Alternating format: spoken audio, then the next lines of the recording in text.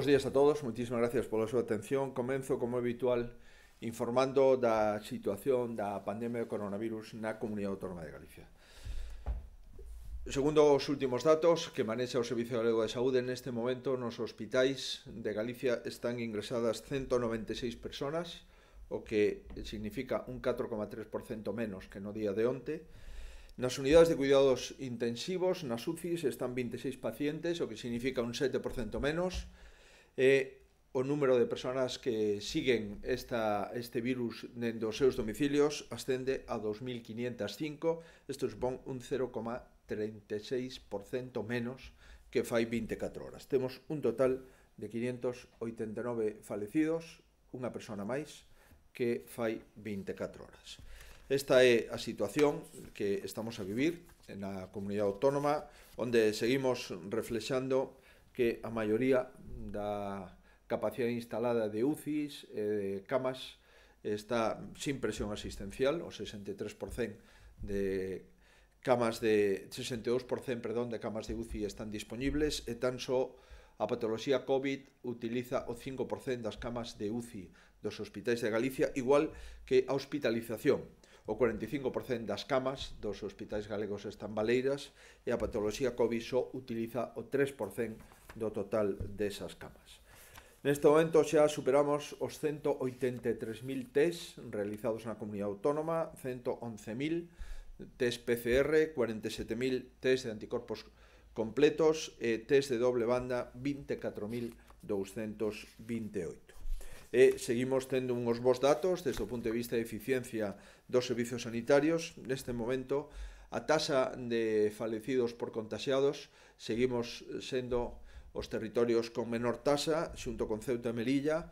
Galicia un 6,40%, España casi o doble, o 11,80%, e no caso de mortalidade por 100.000 habitantes, neste caso Galicia si suma a mortalidade nas residencias. Non temos información da media de España, en todo caso estamos no 21,78%, sumando mortalidade con residencias e sin coñecer cal é a mortalidade nas residencias no conxunto de España. Sin este dato, non obstante, España está no 56%. Por tanto, estamos menos da metade da taxa de mortalidade por 100.000 habitantes. Seguimos, por conseguinte, cunha boa evolución da pandemia. Debemos de insistiremos durante meses, en que non podemos baixar a garda. A nosa posición epidemiolóxica é sólida, a nosa posición sanitaria, acabo de dar os datos, é francamente estable, con unha curva descendente continuada. Neste momento vamos a seguir traballando para disminuir todavía os contagios e, sobre todo, para estar preparados ante os rebrotes e para reprogramar, abrir a actividade hospitalaria e a actividade en atención primaria. A tal efecto, hoxe aprobamos, ademais de unha nova adquisición de material, o Consello toma nota do plan de reactivación asistencial en todos os centros de saúde da comunidade autónoma. Unha vez aprobado este documento no Comité Clínico do Servicio Galego de Saúde, previo coñecemento e colaboración cos colexios de médicos e tamén coas sociedades científicas do ámbito da primaria e, en conxunto, en definitiva, polo Servicio Galego de Saúde. Se trata de optimizar paulatinamente o funcionamento dos centros de saúde e dos puntos de atención continuada, ofrecer cada vez un maior servizo coa carteira de servicios gradualmente hacia a totalidade de prestacións nos centros de saúde e garantindo, por suposto, sempre a seguridade dos pacientes e, por suposto, dos traballadores, dos profesionais sanitarios. Tamén aprobamos no Consello o protocolo de reincorporación gradual do persoal administrativo, do persoal de servicios xerais da comunidade autónoma, tanto os servicios centrais como as delegacións provinciais e as delegacións territoriais da Xunta de Galicia. Aprobamos tamén un plan específico e monográfico para a prevención dos lumes forestais. Isto xa está fora dos temas relativos ao COVID-19. E este plan de prevención de lumes forestais está dotado con 30 millóns de euros. Empezamos de forma inmediata xa a limpar as franxas que circunvalan os núcleos e tamén as labores preventivas fronte á campaña de lumes 2020.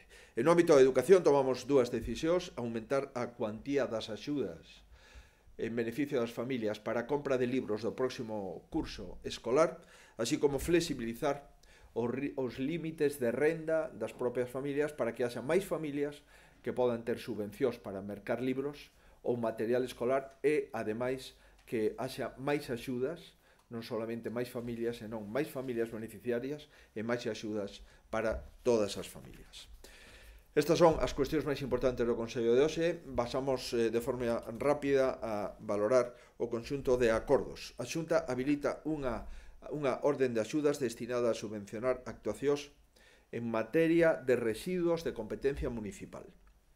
Vamos a subvencionar para que os concellos podan adquirir vehículos para a recollida separada de fracción orgánica dos residuos municipais. 4,5 millóns de euros, o que vai a facilitar a compra de 10.000 contenedores marróns, que son os que se dedican á quinta fracción, así que máis de 25 camións que compartimentan e se pode cun único camión recoller todo tipo de lixo, sobre todo nos concellos máis rurais, así como 160 puntos limpos que vamos a mellorar e a subvencionar con estos 4,5 millóns de euros. Do mesmo xeito, publicamos no Boletín Oficial do Estado unha orden para subvencionar aqueles concellos que queiran estar dentro do Pacto do Clima suscrito pola maioría dos concellos galegos e a Xunta de Galicia.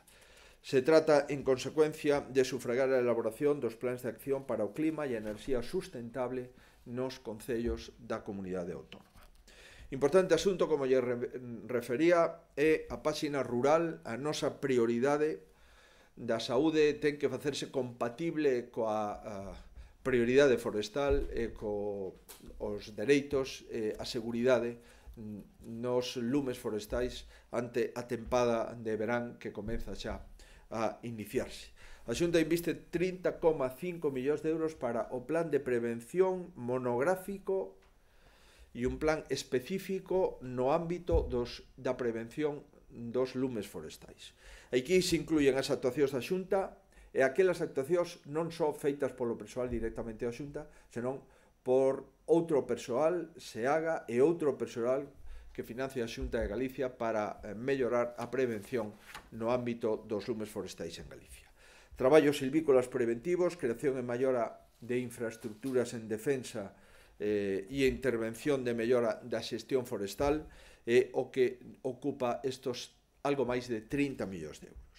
Empezamos e se executarán na súa maioría entre o 18 de maio e o 13 de xullo. Evidentemente, a partir do 20 de xuño até o 13 de xullo podemos autorizar ou non as labouras preventivas en función das condicións climáticas. Pero vamos a intentar que empezamos tarde como consecuencia do estado de alarma, podamos dende o 18 de maio, se é posible ata o 15 de xullo, enfocar as actuacións preventivas ante os lumes forestais. Actuaremos en 46.000 hectáreas e en 5.800 kilómetros de pistas forestais e outras vías. Así faremos traballos de mantenimento en 3.207 puntos de auga.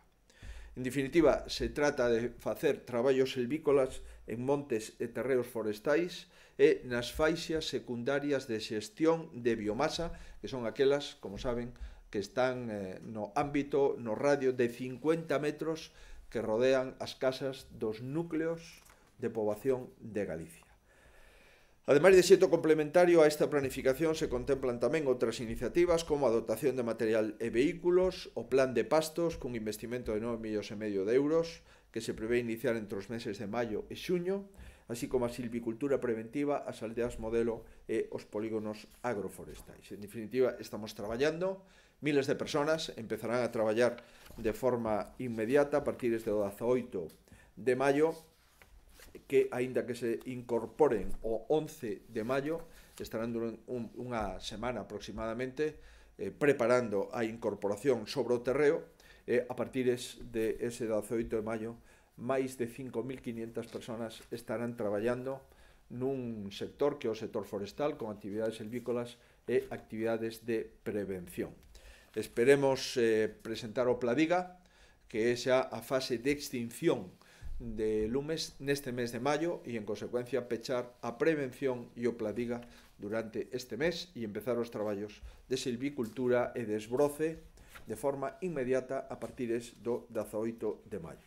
Os contratos pasan de 3 a 6 meses, a contratación de todo o persoal, en consecuencia, neste momento que tan necesario é o traballo, podemos ofertar xa a partir do 11 de maio centenares de contratos no ámbito forestal. Temas educativos. Curso 2021, decidimos aumentar as cuantías de axuda para a compra de libros e flexibilizar os límites de renda para que haxa máis familias que podan verse beneficiadas por estas axudas para a compra de libros. Os destinatarios serán os alumnos de educación primaria, de educación secundaria obrigatoria e de educación especial dos centros docentes sostidos con fondos públicos, é dicir, tanto os centros concertados como os centros públicos. Para atender toda a demanda, o Goberno galego habilita unha partida de 19,7 millóns de euros que supón un 63% de incremento. Por tanto, estamos rozando os 20 millóns de euros, pasamos de 12,1 millón de euros do pasado curso a 19,7 millóns de euros neste curso con incremento ao 63%. Se trata de axudas para a adquisición de libros de texto, axudas para o Fondo Solidario de Libros de Texto e tamén axudas para a adquisición de material escolar. No que se refire ás axudas á adquisición de libros para a adquisición de libros de texto, a todo agora as rentas que podían beneficiarse eran rentas per cápita familiar igual ou inferior a 5.400 euros. Agora a subimos ata 6.000 euros. Ante a axuda eran 170 euros por alumno, agora serán 210 euros por alumno, o que supón un incremento do 23%. A todo agora, cunha renda per cápita familiar entre 5.400 a 9.000 euros, tiñan dereito a 90 euros e agora se sube entre 6.000 euros e 10.000 euros as familias beneficiarias e ademais se sube a axuda pasando de 90 a 140 euros, o que supón un incremento do 55%. Por tanto, aquelas familias cunha renda per cápita familiar igual ou inferior a 6.000 euros recibirán 210 euros por alumno e aquelas familias cunha renda entre 6.000 e 10.000 euros recibirán 140 euros por alumno. No caso de educación especial e de discapacidade igual ou superior ao 65%, sin requisitos de renda, recibirán 275 euros por alumno, o que supón un incremento aproximadamente do 10%. Nos alumnos en situación de garda e tutela, de primeiro e segundo de primaria, que se encontre en situación de garda ou tutela pola Xunta de Galicia, recibirán unha axuda máxima de 210 euros fronte aos 170 actuais.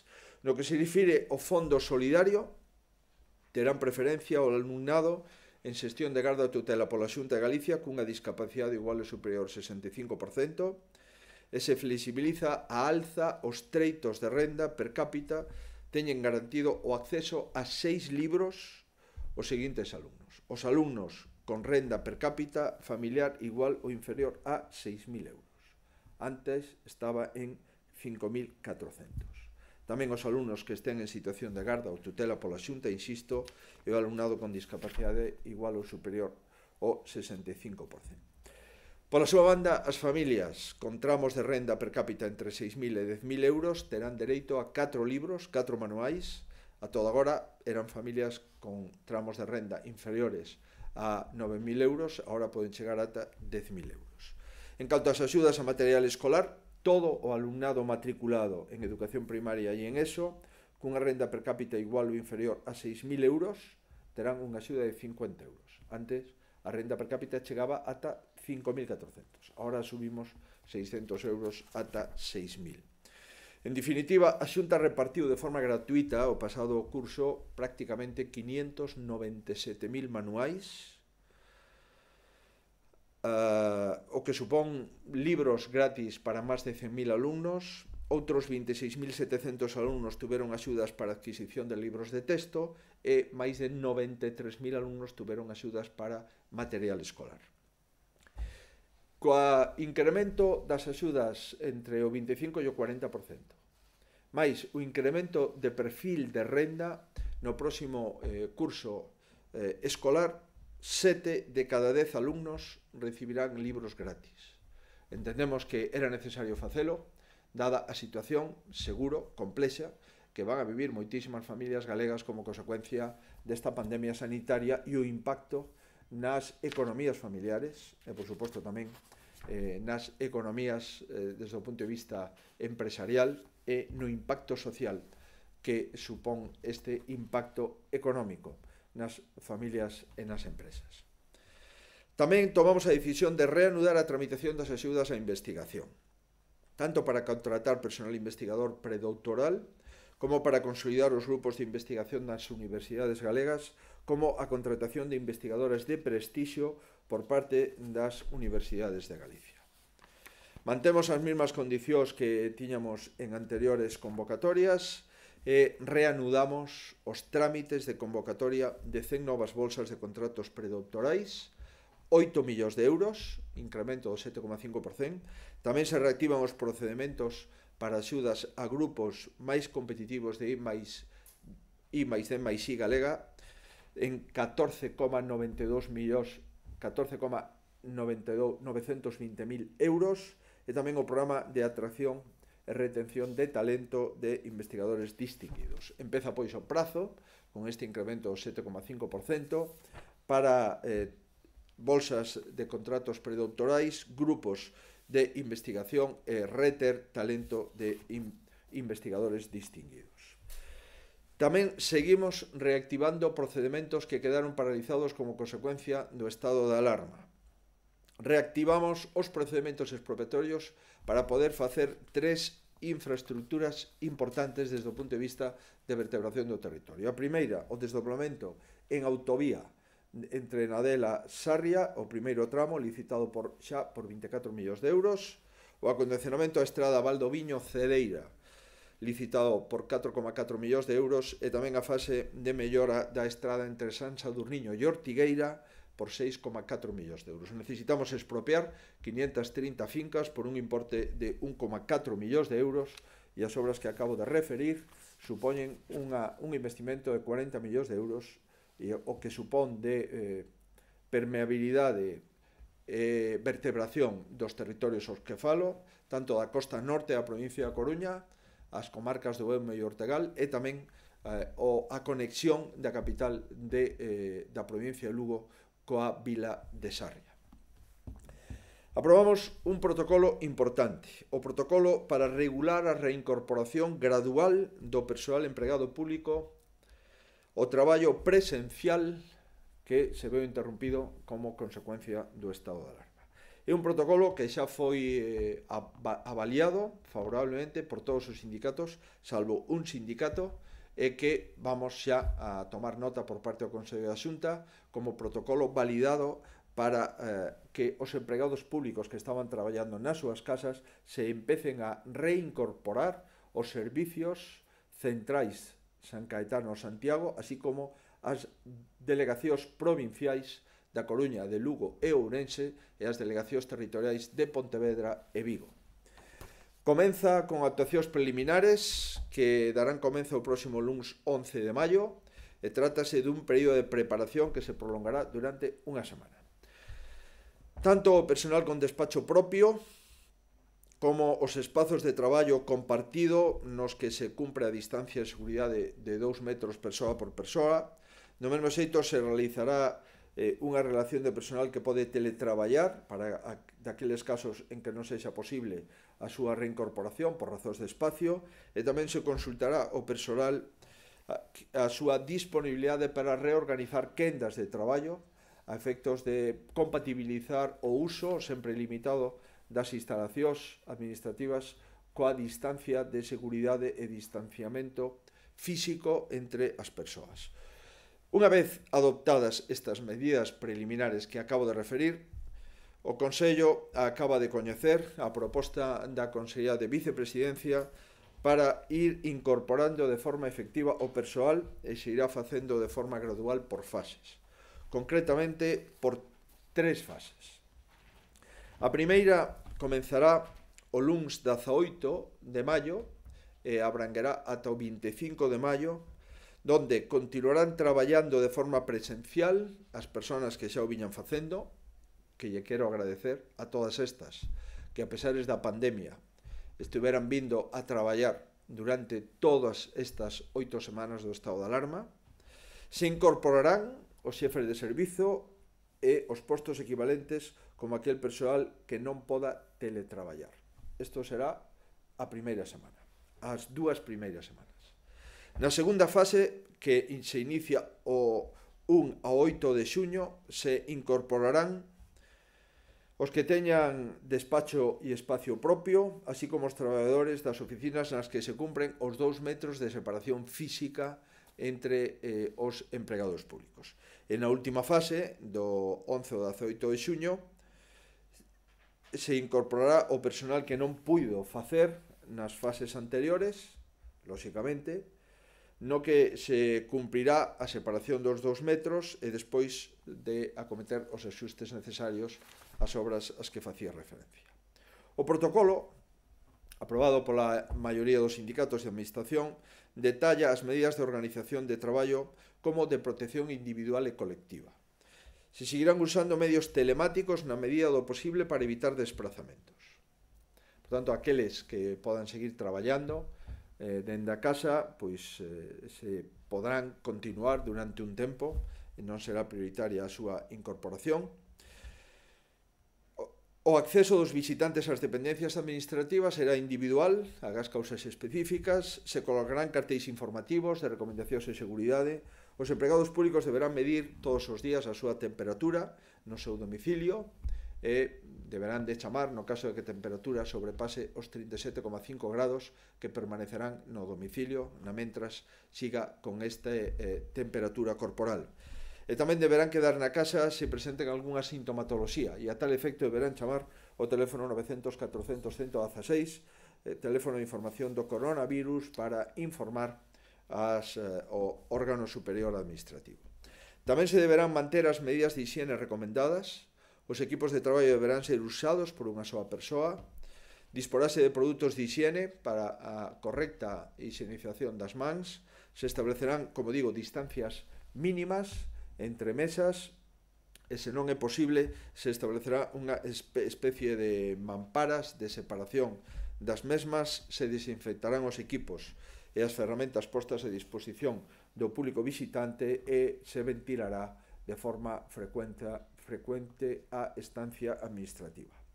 En definitiva, nos preparamos para volver, preservando sempre e diante de todo a saúde dos empregados públicos e, en consecuencia, tamén dos administrados que visitan as instalacións sanitarias. Como digo, faremos unha semana preliminar que empeza o luns e empezamos a primeira fase entre o 18 e o 25 de maio, a segunda fase entre o 1 e o 8 de xuño e a terceira fase entre o 11 e o 18 de xuño. Estas son as fases xa para incorporación paulatina dos centenares de persoas, máis de 1000 persoas que traballan en San Caetano, así como as plantillas de empregados públicos dos delegacións provinciais e territoriais. No ámbito da economía tomamos 2 decisións. 160 iniciativas se presentaron no ámbito da innovación para desenvolver proxectos COVID. Acaban de ser seleccionadas 8 iniciativas. Se trata de 8 iniciativas que van a ter financiamento por parte da Xunta de Galicia. Das 8 iniciativas, 6 son PEMES e 2 de universidades, da Universidade de Santiago e da Universidade de Vigo.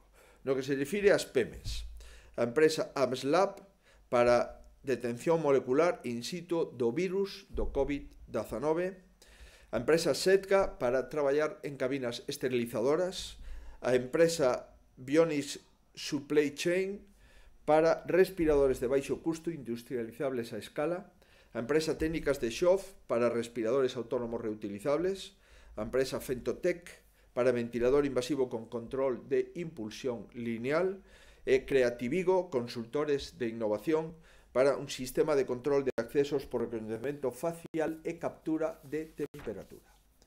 Estas son as 6 PEMES que acaban de ser financiadas para desenvolver os proxectos en relación coa nova economía co impacto do COVID nesa economía, e hai dúas iniciativas públicas.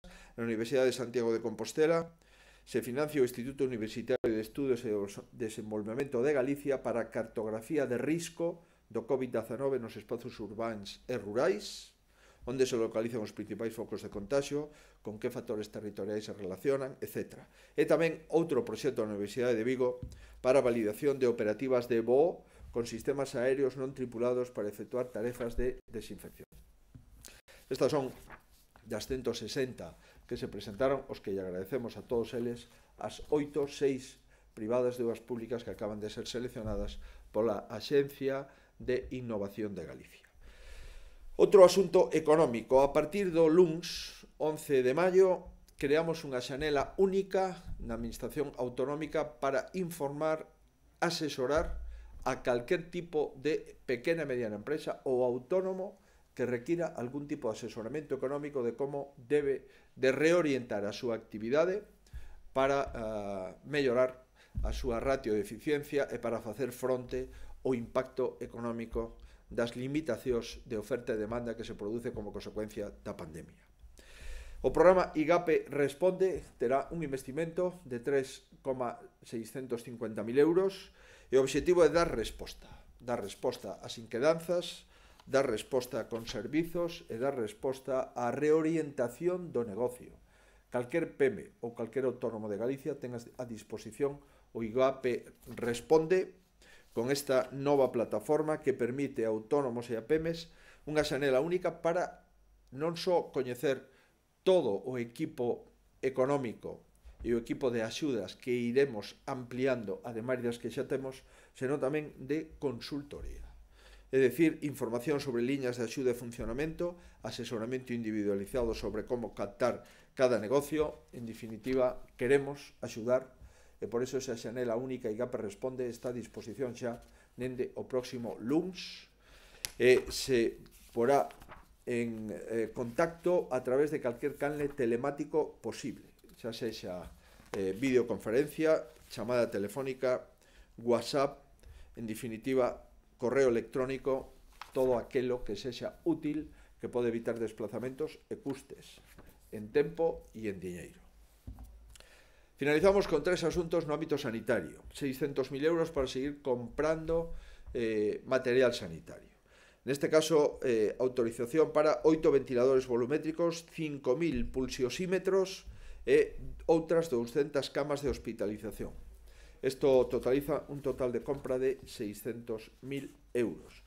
Seguimos, por lo tanto, traballando para renovar as camas, para ter camas en previsión e para seguir activando o número de ventiladores que son fundamentais para seguir incrementando o volumen de camas de UCI. Nunca tantas camas de UCI houbo na comunidade autónoma para estar seguros ante os posibles rebrotes que vamos a sufrir en relación ao COVID-19. Segunda cuestión, dentro dos protocolos do Comité Clínico do Servicio Galego de Saúde, temos que aillar unidades dentro das unidades de cuidados intensivos para o COVID, de tal xeito que nunha unidade de cuidados intensivos aberta se poda aillar distintos boxes para que poda haber pacientes COVID convivindo con absoluta seguridade co resto de patoloxías. E a tal efecto, no Hospital Lucus Augusti de Lugo investimos 170.000 euros para instalar 33 portas automáticas nas UCI e nas unidades de reanimación anestésica. Se adoptan os boxes destas unidades para o illamento de pacientes ingresados por COVID. Se trata de comprar todo ese material e de instalar con pequenas obras ese material para que este listo nos próximos días e podamos, en consecuencia, instalacións eléctricas para a totalidade dos traballos de apertura automática e de sinalización das camas de REA e de UCI que poden perfectamente estar ailladas con pacientes COVID. E por último, un asunto importante no que se leva traballando semanas, o plan de reactivación asistencial de atención primaria. Levamos traballando durante semanas no Comité Clínico. Durante varios días recibimos aportacións e colaboracións dos colexios de médicos, das 3 sociedades científicas de atención primaria, por suposto das asociacións de ámbito sanitario, e unha vez validado polo Comité Clínico do Servicio Galego de Saúde aprobamos este plan de reactivación asistencial de todos os centros de saúde e dos puntos de atención continuada. Facémolo tamén en varias fases, dende o momento actual, desde o próximo luns ata o mes de xuño, donde entendemos poderemos estar dando a cobertura sanitaria que dábamos prácticamente en tempos de normalidade. O obxectivo é establecer unha serie de medidas de garantía para os pacientes que acudan aos centros sanitarios e, por suposto, para os profesionais que son clave para que a sanidade funcione. Aproveito para lembrar que a atención primaria está xogando un papel, xa o xogou, un papel importante na recuperación da normalidade e, de feito, atendía máis de 3.000 pacientes nos seus domicilios a través da plataforma Telea, e agora a atención primaria se vai a basar basicamente na detención precoz de casos de COVID para evitar rebrotes que tanto preocupan a todo o mundo e, por suposto, que tanto nos preocupan no Servicio Galego de Saúde. E por iso, con este fin de evitar unha nova onda de infección, os propios médicos de familia que xa podían pedir PCRs coas limitacións do protocolo de sanidade no Ministerio, agora se amplía para que calquer médico de familia, ante calquer paciente que presente unha infección respiratoria aguda, poda pedir inmediatamente unha proba diagnóstica, unha PCR, que teremos obriga nos laboratorios de facela e darlle resposta nun prazo entre 24 e 48 horas. Isto é unha das novidades do plan de reactivación da atención primaria. Este plan de reactivación da atención primaria, validado polo Comité Clínico do Servicio Galego de Saúde, se inspira na potenciación de atención telefónica, na citación espallada de pacientes para evitar aglomeracións nos centros, no impulso de atención domiciliaria e teleseguimento e na limitación no acceso de persoas aos centros de saúde cuxo aforo continuará a verse limitado durante varios trimestres e probablemente durante varios semestres por razóns de seguridade. No eido da prevención dos riscos laborais, os centros de saúde estarán dotados de material necesario para a protección individual dos traballadores e contarán coas EPIs proporcionais e axeitadas cos riscos dos referidos traballadores. Se dará continuidade ás actividades formativas e informativas no ámbito da atención primaria para o persoal sanitario e non sanitario, e se identificará as tarefas de limpeza e desinfección tanto nas estancias dos centros como nos equipos de traballo. Tamén hai que destacar que se trata dun plan flexible, lóxicamente, que se irá adaptando ás circunstancias epidemiolóxicas e ás circunstancias de saúde que vayamos observando nos próximos meses. Según avancen as fases do plan, o persoal sanitario irá recuperando as actividades suspendidas, as actividades programadas.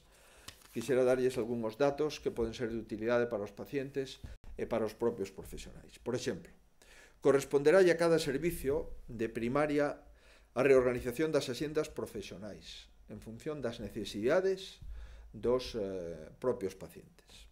Se prestará atención especial, por suposto, a recuperar na axenda os pacientes máis vulnerables ou aqueles pacientes que tiveran consultas anuladas como consecuencia do COVID e que estén pendientes de resolver. Para evitar a propagación do coronavirus, se intentará en cada centro sanitario facer dous circuitos de pacientes diferenciados. Os pacientes xerais e os pacientes con presunta patoloxía COVID. Se as dimensións dos centros sanitarios non permiten a doble circulación de pacientes, se prevé no protocolo a posibilidade de comarcalizar os pacientes de patoloxía COVID nun centro de saúde dentro da comarca. Xa o fixemos durante todas estas semanas, por exemplo, no Valmiñor, que hai 4 centros de saúde, un en Bayona, outro en Gondomar e 2 en Nigrán, pois se decidiu que o Centro de Saúde da Xunqueira en Nigrán fose o centro comarcal do Valmiñor para pacientes COVID.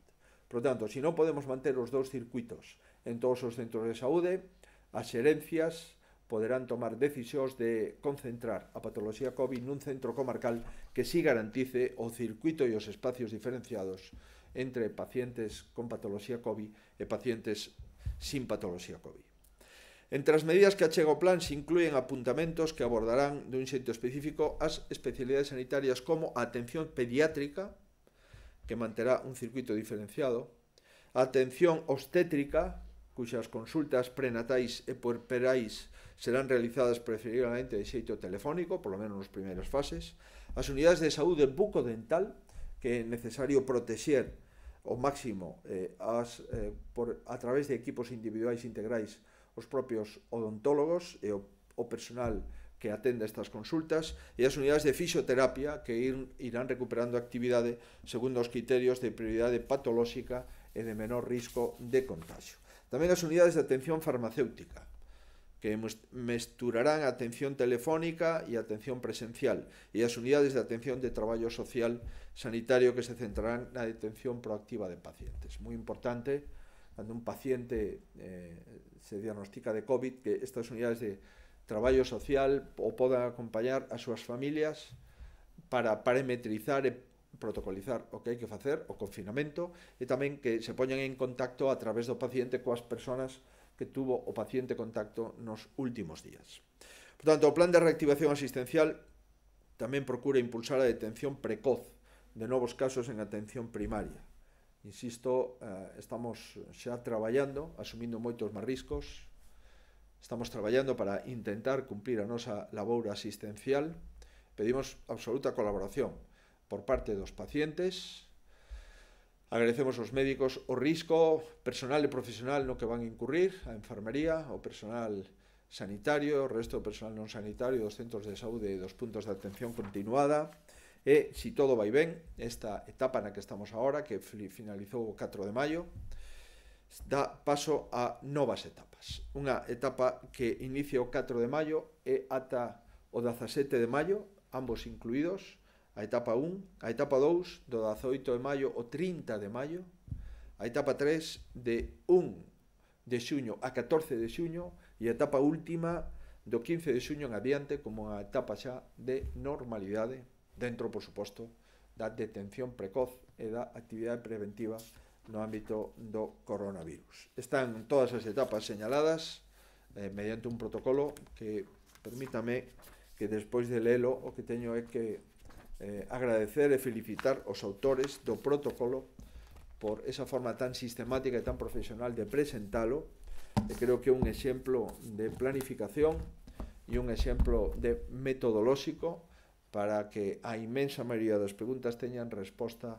no protocolo que o Consello da Xunta hoxe coñece a proposta do Conselleiro de Sanidade e que foi validado por o Comité Clínico do Servicio Galego de Saúde despois da colaboración que agradezo das sociedades científicas de primaria e dos colexios de médicos da comunidade autónoma, así como do resto de persoal de enfermería, etc., consultado.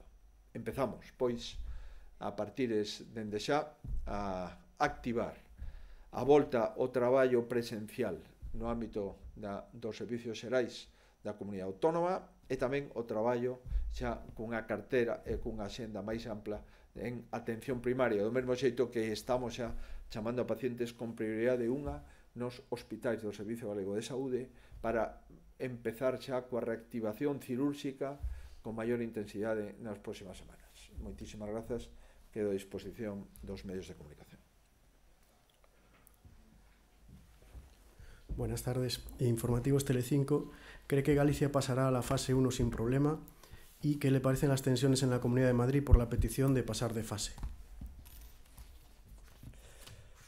Es evidente que como todas las comunidades autónomas estamos pendientes de la decisión del mando único, es decir, del Ministerio de Sanidad, en relación a este tema, que es un tema clave. Es un tema clave para recuperar la movilidad de las personas y es un tema clave para recuperar miles de trabajos que en este momento están bloqueados como consecuencia de las decisiones y de las cautelas sanitarias que se concretaron en el estado de alarma. Nosotros entendemos que sí, que cumplimos los criterios que establece el Ministerio de Sanidad, los criterios conocidos, que esos están reglados y metodológicamente están concretados, y aquellos criterios que no conocemos, que estamos hablando de forma telefónica con el ministro y su equipo, Entendemos que Galicia está preparada para pasar en todas sus provincias y en todas sus áreas sanitarias a la fase 1 a partir del próximo lunes. Entendemos que cumplimos esos criterios, que nunca hemos tenido una presión asistencial como han tenido otras comunidades autónomas. Es verdad que en Galicia hemos invertido muchísimo en hospitales, en el Hospital de Vigo, en el Hospital de Lugo, en el Hospital de Ourense, en el Hospital Almariño Lucense, en el Hospital de Salnés. Hemos ampliado las urgencias en el Hospital de Coruña, los bloques quirúrgicos y las UCIs en buena parte de la red sanitaria gallega en los últimos años, y por lo tanto hemos tenido una mayor capacidad de respuesta desde el punto de vista sanitario. Entendemos, pues, y espero que tengamos confirmación del Gobierno, de que Galicia pasa en su totalidad a la fase 1 el próximo lunes. Sobre las cuestiones a las que se refiere en la Comunidad de Madrid, quiero decirles que, como ustedes imaginarán, no tengo información sobre la decisión del alto directivo de la Consejería de Sanidad de la Comunidad de Madrid, y también estoy convencido que esa cuestión pues responderá a los típicos momentos complejos de los servicios de salud en toda España. Por consiguiente, no voy a hacer ninguna valoración sobre asuntos, primero, que no me corresponde, y en segundo lugar, que no tengo ninguna información, ni directa ni indirecta, sobre esa decisión. Lo que sí espero, porque es muy importante para España y es muy importante para la economía española, que Madrid tenga una evolución epidemiológica y una evolución sanitaria satisfactoria en las próximas semanas. Sí, sobre esta cuestión, el diario.es pregunta que cree que debería facer a presidenta da Comunidade de Madrid se o Goberno non lle autoriza pase a fase 1, e, por outra banda, que pasou para que vostede pasase da crítica á comprensión con respecto á prórroga do estado de alarma aprobada esta semana polo Congreso, se tivo algo que ver a emenda do PNV? Yo no creo que deba darle consejos a ningún presidente autonómico, e insisto, yo desconozco cuál es la realidad epidemiológica de la Comunidad de Madrid. Hablar de oídas en materia sanitaria es justamente lo contrario de lo que se debe de hacer. Si hay una parte de la política que debe de ser asumida con criterios estrictamente profesionales y con criterios clínicos, esa es la sanidad. Por consiguiente, empezar a opinar de cuestiones sanitarias que no afectan al territorio sobre el que uno tiene responsabilidad sería una irresponsabilidad que yo espero no cometer. Sobre mi opinión del estado de alarma y mi planteamiento del estado de alarma, yo creo que es un planteamiento conocido y es una opinión que he dado además desde esta misma tribuna, desde estos mismos lugares el pasado domingo. Creo que no es razonable mantener un estado de alarma sine die. Creo que no es razonable mantener un estado de alarma hasta que haya una vacuna. Creo que no es razonable mantener un estado de alarma durante meses o semestres. Y como creo que eso no es razonable, por eso planteaba que el estado de alarma, en el caso de que el Gobierno insista en él, debería de modularse. Y el estado de alarma aprobado en el Congreso de los Diputados se moduló. Y se moduló de una forma importante, que es incluir el criterio de la cogobernanza, de la corresponsabilidad con las comunidades autónomas en cuanto responsables de la asistencia sanitaria. Hemos tardado 8 semanas en darnos cuenta de que la responsabilidad de la atención a los pacientes, de la atención desde la atención primaria, desde el ámbito de la prevención, de la salud pública y desde el ámbito clínico de primaria y de hospitales es una competencia de las comunidades autónomas. Y creo que ha sido un acierto por parte del Gobierno que se dé cuenta de que sin las comunidades autónomas no se puede parar la pandemia. Sin las comunidades autónomas no se pueden salvar vidas. Y por lo tanto, el considerar que las comunidades autónomas, al menos, debemos de ser escuchadas antes de tomar decisiones definitivas, nos parece un avance importante en ese decreto de alarma que fue aprobado por el Congreso de los Diputados en su última convalidación, que creo que fue el pasado miércoles. Y por última, tercera cuestión, insisto, en mi opinión, el Gobierno, todos los gobiernos, debemos de tener un plan B, por si nos falla el plan A.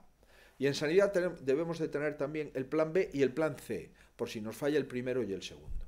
Y el planteamiento, creo que también lo dije, el planteamiento es, ante una pandemia sanitaria, debemos de utilizar las figuras jurídicas y legales que están pensadas para la emergencia sanitaria. Todo aquello que se puede hacer en un estado de alarma se puede y se debe de hacer de acuerdo con la legislación sanitaria. Y si es necesario modificar la ley orgánica de salud pública, modifíquese.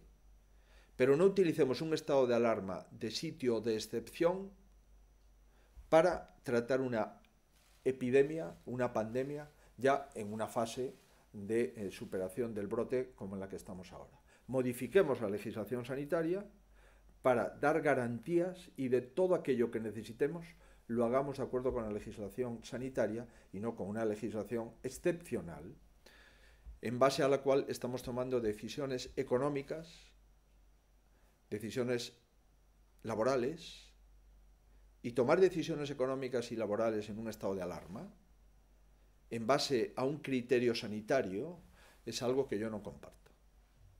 Por lo tanto, si tenemos un problema sanitario, utilicemos la legislación sanitaria para resolverlo. Pero no hagamos un estado de alarma para tomar decisiones económicas, decisiones empresariales, decisiones laborales, utilizando el estado de alarma al efecto. Eso es otra cosa. Y dicho esto, tengo que decir, yo no lo discuto, aquí me he pronunciado al respecto el pasado domingo, que si no se quería utilizar la legislación sanitaria, que al menos el estado de alarma fuese modulado. El estado de alarma en este momento ha sido modulado. Y añado, tenemos 15 días para modificar la legislación sanitaria, para dejar el estado de alarma para el pasado y iniciar una nueva senda para las próximas semanas o meses, de acuerdo con una legislación sanitaria que, si es necesaria, el Congreso puede reformar y puede ampliar en el caso de que así se considere oportuno.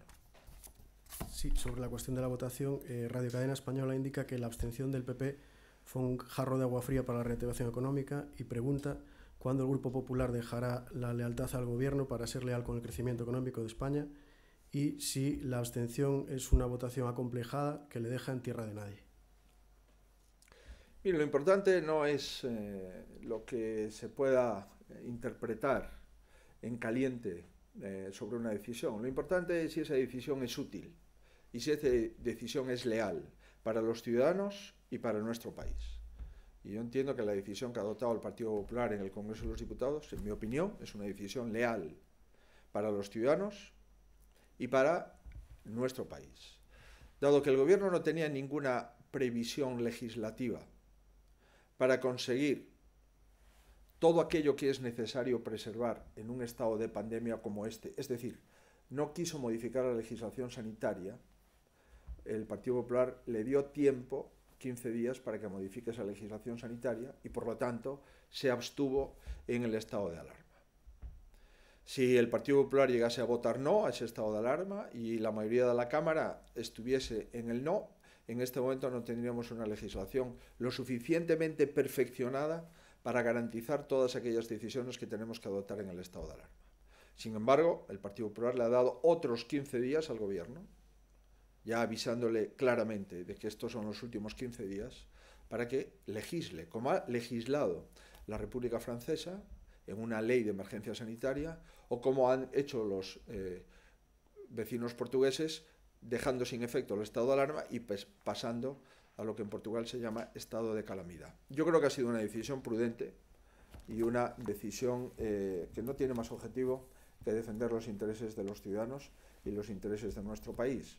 Y con el tiempo se verá que el Partido Popular no puede seguir apoyando estados de alarma de forma indefinida, que se utilizan no solamente para las cuestiones sanitarias, sino que se utilizan para reformar cuestiones laborales, para reformar cuestiones económicas y para tomar decisiones en el presupuesto de las comunidades autónomas y prácticamente para legislar y ordenar lo que debe hacer cada ciudadano de los 47 millones a través de una orden ministerial, que por cierto se producen cada 2 o 3 horas en el Boletín Oficial del Estado. Y esto, y un Estado de Derecho, no es compatible mantenerlo sine die en el tiempo, como parece ser que pretende el Gobierno de España. Veremos si en estos 15 días realmente abandonamos el estado de alarma para incorporar legislación sanitaria adecuada y poder seguir gestionando a la pandemia con seguridad, pero sin utilizar la figura excepcionalísima del estado de alarma, que más que un estado de alarma, en opinión de muchos juristas, ha sido durante esta semana o estas semanas un estado de excepción. Lo veremos en todo caso en el Tribunal Constitucional y lo veremos en bastantes demandas que me temo se vayan a producir, además de las que ya se han producido en los próximos meses. Sobre o cambio de fase, a Radio e Televisión de Galicia refírese á preocupación de cidadáns por visitar a familiares de outras provincias e pregúntalle se é optimista con que o Goberno autorice a mobilidade en toda Galicia como reclama a Xunta. Nós temos unha proposta moi clara, así foi comentada polo Conselleiro de Sanidade en rolda de prensa, trasladada a todos os cidadáns galegos e foi onte tamén defendida na comparecencia parlamentaria que tiven a honra de facer no Parlamento de Galicia. A nós temos moi claro que a efectos de mobilidade o territorio debe ser único a comunidade autónoma e a efectos de peche ante rebrotes debemos de ter a posibilidade de pechar un concello, no seu caso, se é máis grave de pechar unha comarca ou se é moito máis grave que unha comarca de pechar unha área de saúde. Esa é a nosa proposta, unha proposta ampla para moverse e unha proposta de foco para pechar, no caso de rebrote, o territorio ou territorios que estén afectados polo foco. Vamos a ver se o Goberno acepta esta proposta. Vamos a verlo. Me dá a sensación que o Goberno está digamos, contundente coa provincia, o cual, na nosa opinión, desde logo, desde o punto de vista sanitario, non ten ningunha apoiatura, nin clínica, nin organizativa, nin epidemiolóxica, pero para o Goberno é moito máis fácil controlar, desde o punto de vista de movimentos, unha provincia que controlar todo un territorio. O comprendo, pero unha cousa é o que é fácil e outra cousa é o que é útil. E nós pensamos que neste momento Galicia está en condicións de poder moverse entre as distintas cidades e entre as distintas provincias. Quero decirles que non son moi optimista ao respecto, pero, dende logo, esa é a posición da comunidade autónoma. Mobilidade no ámbito das 4 provincias e criterios de peche no ámbito de cada zona básica de saúde, concello, no ámbito de cada distrito sanitario, comarca, ou no ámbito de cada área sanitaria. E ese doble plantexamento é un plantexamento que nós pensamos que é un plantexamento correcto. Un despliegue amplio desde o punto de vista territorial e un repliegue máis limitado desde o punto de vista sanitario. Eso é o que defendemos. E estou convencido que obteñamos ou non obteñamos en esta fase, estou convencido que o futuro en seguintes fases pasará por aí. O Foro Económico de Galicia advirte dun retroceso do PIB nun 8,5% no mellor dos escenarios. Quere saber se vai tomar a Xunta algunha medida no eido económico para paliar esa caída. E, por outra banda, indica que Pablo Casado di que o seu modelo de referencia para afrontar a pandemia é o de Ayuso, se vostede tamén considera que o de Ayuso é un modelo a seguir na xestión da pandemia. O Foro Económico de Galicia está prestando un gran traballo dentro do Comité de Expertos. O Foro Económico xa fixo xunto co Comité de Expertos, cos directivos de principales empresas dos sectores económicos de Galicia, coa empresa familiar e tamén con outros expertos como o presidente do Colexio de Economistas, o Círculo de Empresarios de Galicia, en definitiva, un conxunto de expertos xunto co Foro Económico que conforma o Comité de Expertos da Xunta de Galicia. Por tanto, valoramos isto no Comité de Expertos. Eu creo que o PIB galego pode estar cunha baixada, cunha caída de 2 dígitos. Por tanto, este 8,5% encaixa dentro das previsións máis optimistas. As previsións máis pesimistas superarían os 2 dígitos. Igual que os parámetros en España. Non comparto os criterios do Goberno Central en relación coa caída do PIB español e co déficit público en España. Me parece que vai a ser máis abrupta, máis intensa, tanto a caída do PIB nacional como o incremento do déficit público do Reino de España. Por conseguinte, como decía, esta pandemia sanitaria pode ter un impacto nunha pandemia económica e vamos a intentar disminuir esos impactos. Estamos en colaboración porque son os nosos expertos nomeados polo Goberno da Xunta de Galicia co Foro Económico. Temos 2 documentos xa a disposición que remitín. o presidente do Goberno de España, por lealdade coa situación actual que vive España e en consecuencia que vive Galicia, todo o que o Comité de Expertos Galegos propuxo no ámbito de liquidez das empresas, do ámbito da liquidez das administracións públicas, tanto comunitaria como municipal, así como no ámbito das relacións laborais, foron postas en coñecemento do presidente do Goberno de España, da vicepresidenta primeira e da vicepresidenta económica e da ministra de Traballo, así como os grupos parlamentarios e os axentes do diálogo social. Por tanto, seguimos traballando con absoluta normalidade. E en relación coas declaracións ás que se refire, non coñezo esas declaracións. Creo que todas as comunidades autónomas de calquer signo político o que estamos intentando acertar coas nosas decisións sanitarias.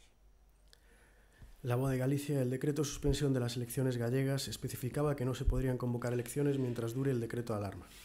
¿Considera que tras el acuerdo del PNV que sí facilita convocar elecciones aunque haya decreto de alarma, le habilita usted también a hacerlo aunque siga vigente el estado de alarma? Y en caso contrario, si estaría dispuesto a modificar ese decreto publicado en el DOGA. Ese decreto do estado de alarma que se aprobou o pasado mércores se inicia un proceso, así foi comunicado por parte da vicepresidenta primeira do Goberno na conversa que tivemos o luns, de que o decreto iba a plantexar a cogobernanza e a corresponsabilidade das comunidades autónomas. Na miña opinión, eso debería ser o primeiro decreto que aprobou o Goberno de España. O estado de alarma é perfectamente compatible con que os representantes do Estado compartan entre sí a corresponsabilidade para levar efecto o estado de alarma.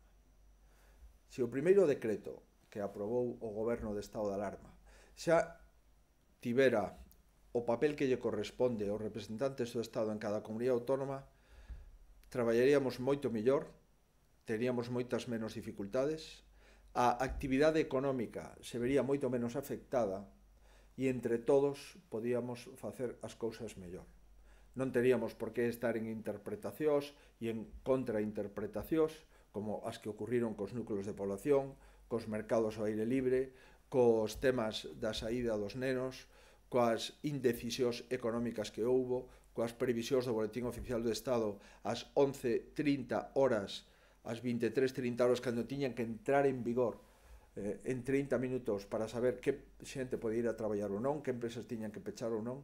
Se a cogobernanza a implementáramos dende o principio, estou claro e estou convencido que isto iría mellor.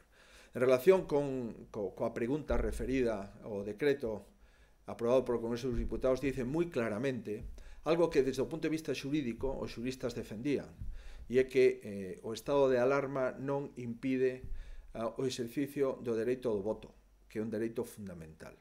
E algo que os xuristas viñan defendendo no senso de que cando un presidente autonómico toma a decisión de suspender unhas eleccións en base á declaración do estado de alarma concreto, eso non se debe de interpretar no caso de que o estado de alarma se prorrogue de forma indefinida, porque de prorrogarse de forma indefinida, a legislatura se prolongaría de forma indefinida aínda que rematase. Se o estado de alarma de un país resulta que pode durar meses, trimestres e semestres e a legislatura finaliza sí ou sí nos próximos meses, podía producirse haber presidentes autonómicos, neste caso en Euskadi e en Galicia, finalizado o seu mandato e seguir sendo presidentes autonómicos sin parlamento, sin posibilidade de aprobar leis, sin posibilidade en definitiva de gobernar no senso amplo. Por lo tanto, non teño dúbidas de que o estado de alarma non impedía a celebracións das eleccións, pero por si acaso hai dúbidas, o goberno que quiso é clarificalas. Eu agradezo que a maioría dos grupos parlamentarios non se opuxeran, ben votando sí ou ben absténdose.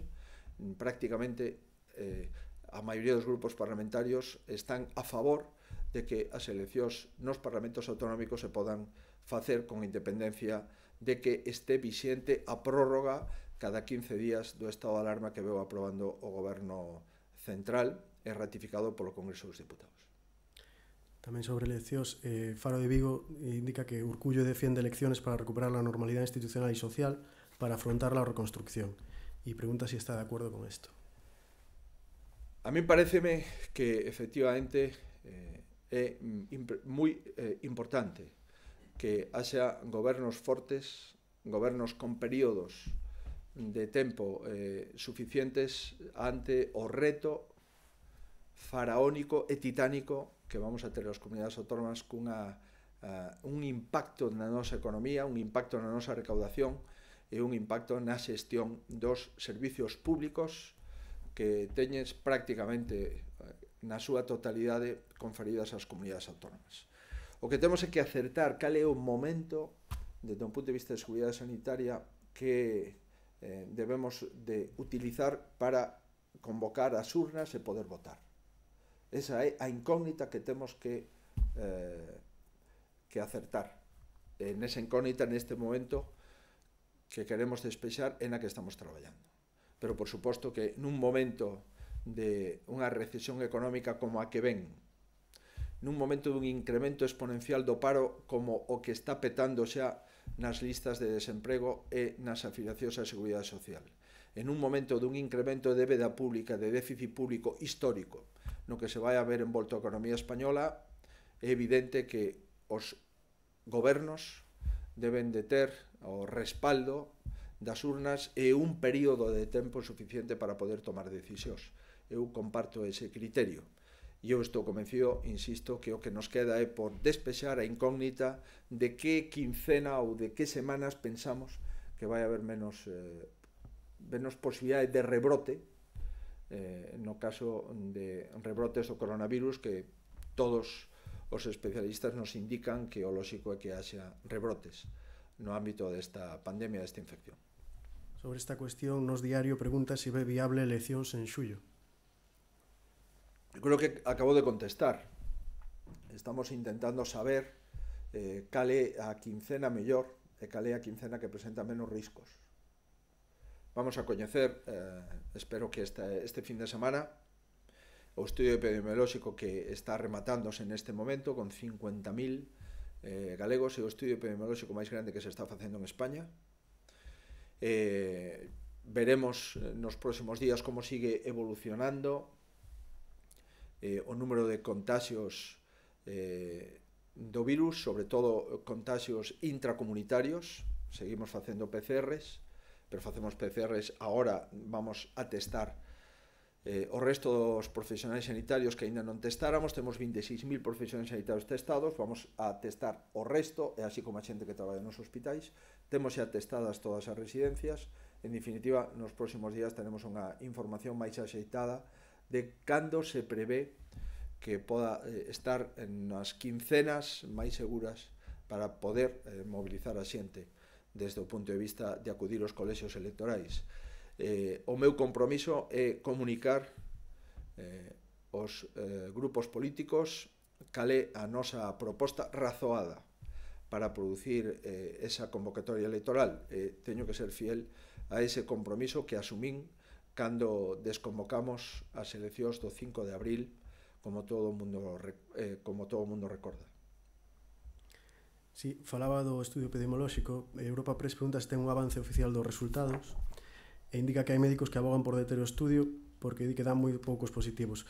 Pregunta se farán a segunda fase nas mesmas condicións ou prevén reformulalo con outro tipo de probas, como recentemente dixo que analizaban a posibilidade de facer unha mostra complementaria con probas distintas. Evidente que o estudio epidemiolóxico vamos a parar porque está finalizado. Onte tiñamos, creo recordar, 47.000 galegos testados. No día de hoxe pois superaremos, se fora necesario, os 50.000. Por lo tanto, o estudio epidemiolóxico entendo que hoxe está finalizado, senón será a primeiras horas do día de mañá. Por tanto, ese estudio está finalizado.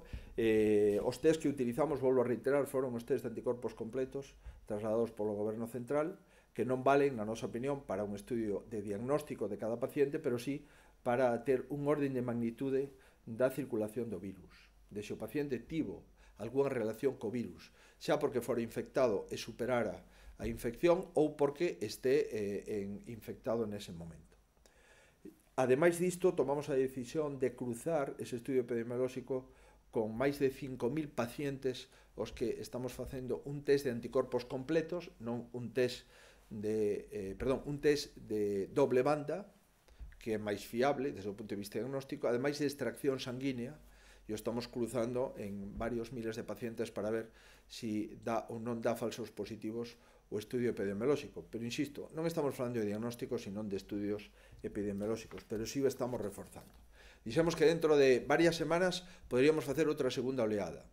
Vamos a ver a primeira, vamos a ver se hai no cruce algunha disfunción entre os test cedidos polo goberno central e os test que podemos utilizar no futuro, e tomaremos a decisión nas próximas semanas de acordo coa propia proposta que fixemos inicialmente. Primeiro eran unha oleada de 50.000, pasaríamos 3 ou 4 semanas ata tomar a decisión se seguíamos cunha segunda oleada de outros 50.000. O que sí é certo é que neste momento en Galicia temos 100.000 test de doble banda xa entregados ao Servicio Galego de Saúde, máis outros 300.000 test donados por Inditex, que conforman un universo de 400.000 test, máis o proxecto no que están traballando os servicios de microbiología no complexo hospitalario de Vigo, Álvaro Cunqueiro, con sistema pooling que nos vai a permitir testar a grupos de xente que traballa ou que está xunta varias horas do día para testar de forma masiva aos hospitais, aos centros sanitarios, ás fábricas. En definitiva, sí temos moita potencia instalada de diagnóstico en Galicia xa neste momento. 4 Televisión pregunta cuándo llegarán precisamente esos 300.000 test que han anunciado ahora mayores. Están comprados los 400.000, los 100.000 los tenemos desde hace unos días en el Servicio de Salud. Es evidente que no necesitamos 400.000 de forma simultánea, sino 400.000 de forma sucesiva, y entendemos que en las próximas semanas irán llegando los 300.000 restantes hasta completar los 400.000 totales. Pero le doy mucha importancia al proyecto de laboratorio del Meixoeiro dentro del Hospital Público de Vigo. Tiene una importancia estratégica importantísima, insisto, porque nos va a dar un diseño de cómo podemos hacer test masivos a población homogénea. Y eso va a ser, en el caso de que tenga éxito, creo que va a ser una forma y una fórmula que se va a utilizar en muchísimas comunidades autónomas y en muy buena parte de la Unión Europea. Estoy convencido de que es un sistema que se inició en la Segunda Guerra Mundial y que tanto un ingeniero de la Universidad de Vigo como los microbiólogos y los analistas y los farmacéuticos del Servicio de Microbiología de Vigo llevan trabajando durante semanas, han hecho ya pruebas en residencias de Vigo y de Ourense y el sistema ha funcionado. Yo espero que a partir de la próxima semana los autores y los protagonistas del sistema lo puedan explicar a los medios de comunicación. Galicia Confidencial refírese á distribución de paquetes de máscaras co logo da Xunta nas farmacias para parados e pensionistas e pregunta se non cree que é propagandístico que ademais de despilfarro económico que se temos meter as máscaras en plásticos co logo da Xunta. E outra pregunta, hai unha semana falaba de 1000 contratos, pero os sanitarios denuncian que se está utilizando a crise para precarizar o traballo e non respetar listas de contratación. Que pode dicir a este respecto? Bueno, non son 1000 contratos, son 1700 contratos. Por unha banda se nos decía que esos 1700 contratos había que prorrogalos. Ahora se prorrogaron. Non sei exactamente en que consiste a discrepancia. Fai uns días en dúas xerencias se interpretou de forma inaxeitada as instruccións de prorrogar os contratos, se deixou sin efecto a ruptura desos contratos e se prorrogaron todos os contratos. Non sei exactamente o que se fai mal en relación a este asunto.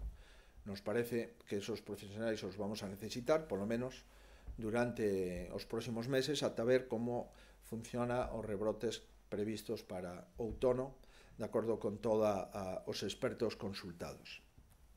En relación coas máscaras financiadas pola comunidade autónoma, a min, en fin, sorpréndeme que se plantexe unha distribución correcta das máscaras. En primeiro lugar, o lugar onde se distribúen as máscaras con maior eficiencia e con maior asepsia é nas farmacias. E en segundo lugar, si o que quere ter unhas máscaras asépticas, o que ten, si pode, é compralas en paquetes pequenos que estén perfectamente ubicadas e que estén fora da manipulación da persona que entrega a máscara ao paciente ou particular, o cual o que intentamos facer é meter esas máscaras en un lugar o máis aséptico posible e ademais cun manual de instruccións que é clave. Unha máscara mal posta é unha máscara que se pode inutilizar no mesmo instante antes de poñela. Por conseguinte, un manual de instruccións, facelas en paquetes asépticos e entregalas así todas xuntas con manual de instruccións nas farmacias nos pareceu que era a fórmula máis axeitada para garantir a propia asepsia da máscara que entregamos a 700.000 galegos con algo máis de 2,2 millóns de máscaras, que foi o que entregamos os galegos, o que estamos entregando os galegos nas oficinas de farmacia nos últimos días. Por unha banda se nos dixo que si podíamos intentar das máscaras, as dimos a 700.000 personas cos recursos máis baixos e as facilitamos, eso sí, a precio de coste 4 millóns a industria, a construción, 2 millóns a autónomos, comerciantes e outro 1,5 millón, creo recordar, que os concellos. Por tanto, insisto, ese criterio é un criterio da asepsia nas oficinas de farmacia e con un manual de instruccións. A veces, visto o tono de debate de onte no Parlamento, ve factible acadar grandes acordos autonómicos para xestionar a crise? Bueno, evidente que onte non oculto que algunhas cuestións sí me sorprenderon, pero certo verdade que supoño que os partidos políticos, todos, incluído o meu, por suposto que estamos albiscando que entraremos en un período máis pronto ou máis tarde electoral e que eso vai a conlevar pois certos posicionamentos parlamentarios por parte das forzas políticas. Pero eu sí vou a tratar, na mentras teña responsabilidades, de buscar acordos, si non totales, si parciais. Por que? Porque estamos traballando con esa metodoloxía. Se non quixera buscar acordos, non faría un comité de expertos. E ese comité de expertos nos dixo hai que dar liquidez. E fomos a primeira comunidade autónoma xunto con Asturias que anticipou a nómina de 2 meses, anticipos de nómina, a todo o personal dos ERTES, ante o impago en prazo do Goberno Central. Por certo, o Goberno Central parece ser que tamén vai utilizar a figura dos anticipos vía entidades financeiras que utilizou Galicia e Asturias. Se non tiveramos interese en acordar, non lle íbamos a pedir un comité de expertos pluridisciplinar con distintas sensibilidades e poñer a disposición esas recomendacións dos grupos parlamentarios de forma inmediata e traer documentos sólidos sobre os que negociar, tanto o diálogo social, sindicatos, empresas, grupos parlamentarios, e unha vez que teñamos os documentos sólidos, de diagnósticos sólidos e de propostas sólidas, podemos sentarnos a negociar. O resto, non entro en outras metodoloxías, é dedicar moito tempo a falar e pouco tempo a pensar. E creo que neste momento o que temos que facer o contrario, dedicar moito tempo a pensar e pouco a falar. Unha vez que o teñamos pensado, falamos de forma concreta e acordamos de forma eficaz. Esa é a nosa metodoloxía de traballo que explicamos ás organizacións sindicais, empresariais e os grupos parlamentarios. Por conseguinte, non sei se esta atmósfera que dende o 5 de abril, mellor dito, dende febreiro, que convocamos as eleccións, impregna a situación política galega, que eu a comprendo perfectamente. Comprendo perfectamente que a situación política galega está impregnada dunha atmósfera electoral que empezou no mes de febreiro, que se tuvo que paralizar en marzo, que íbamos a votar o 5 de abril e que agora necesitamos un calendario certo para poder votar coa maior seguridade sanitaria nas próximas datas, porque a legislatura está finalizando, esmorecendo definitivamente.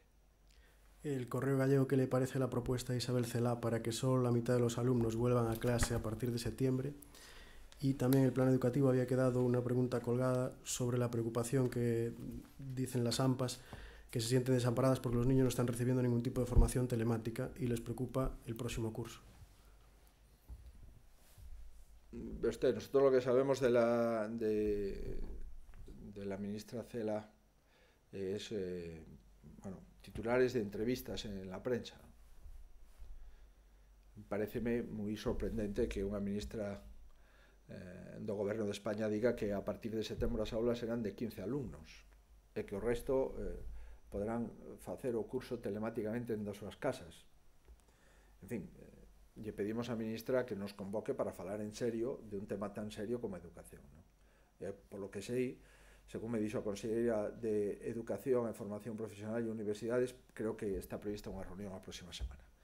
E en relación coa fórmula de estudo, coa fórmula de estudo telemático non presencial, comprendo todas as inquedanzas dos pais e das nais que están preocupados se os seus fillos teñen os coñecementos suficientes para pasar de curso, se durante este trimestre, lóxicamente esta última evaluación, pois é unha evaluación absolutamente atípica. Se tiñamos as notas da primeira e da segunda evaluación, pero non da terceira. Como vai influir isto no curso definitivo? Son as falta de coordinación do Goberno central, eso é evidente, deixa a cada comunidade autónoma que faga o que considere oportuno, incluso a cada centro educativo, e nós, dentro de esa orde ministerial, no mando único, o que intentamos foi pois perfilar e dar máis datos e un parámetro un pouco máis axeitado aos profesores que están nunha situación, como os pais e as nais e os propios alumnos, nunha situación inédita, como a que estamos vivindo. Muy bien, pues muchísimas gracias a todos.